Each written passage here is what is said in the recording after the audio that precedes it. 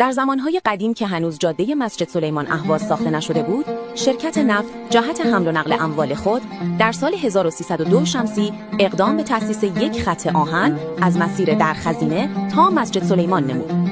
طول این خط آهن 72 کیلومتر و عرض آن 760 میلیمتر بوده است.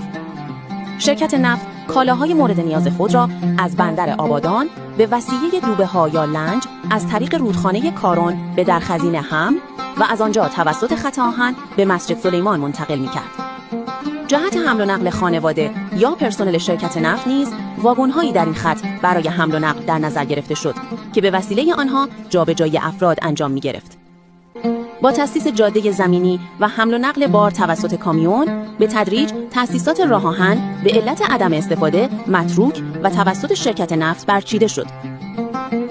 اگر به داستان‌های خوزستان علاقه‌مندید، صفحه ما را دنبال کنید.